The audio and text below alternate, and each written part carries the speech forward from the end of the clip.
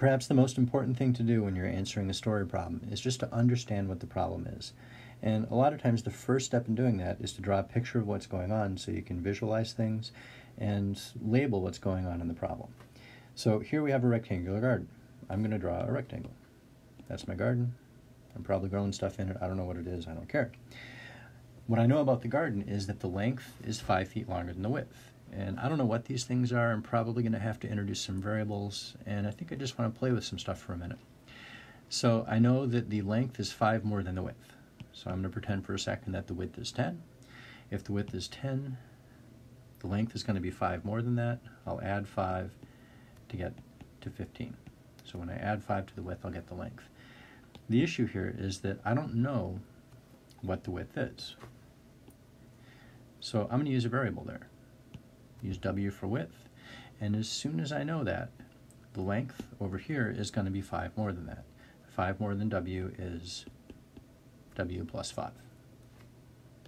So I still don't know where this problem is going. I have a rectangular garden, the length is 5 more than the width, and then they're telling me that the area is 300 square feet. So I'll just make a note of that. The area is 300 square feet. And what I'm being asked to find is the actual dimensions of the garden. So here I can use the fact that the area is 300 feet, and remember that the area of any rectangle is the length times the width.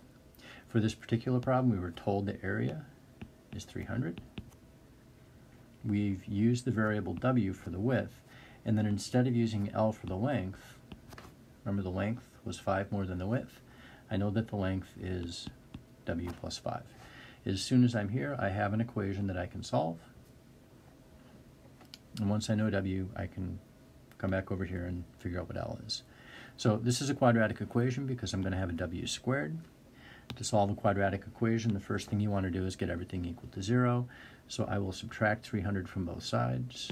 0 is w plus 5 times w minus 300. Then I want to factor this, but before I can factor it, I actually need to distribute this w, and then I'll combine all my like terms and I can factor. When I distribute the w, I'll have w squared plus 5w, so I'll have minus 300. And to factor this, let's see here, I have a leading coefficient of 1. When you have a leading coefficient of 1, all you have to find are factors of the constant term negative 300 that add up to positive 5.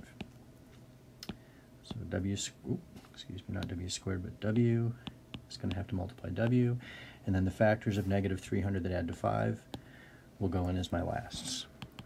So negative 300 is positive 20 times negative 15, positive 20 times negative 15, and once I'm here, I can set each factor equal to 0. W plus 20 is 0, means w is negative 20, and w minus 15 is equal to 0, will give me w equals 15. So it feels like I have two solutions for the width, but this guy over here is crazy. I can't have a garden that has a negative width. So this guy is an extraneous solution. It simply doesn't work. This is the solution that I care about, and then I know that the width, not the width, but the width is 15 feet, and then the length, which is 5 more than that, would be 20 feet.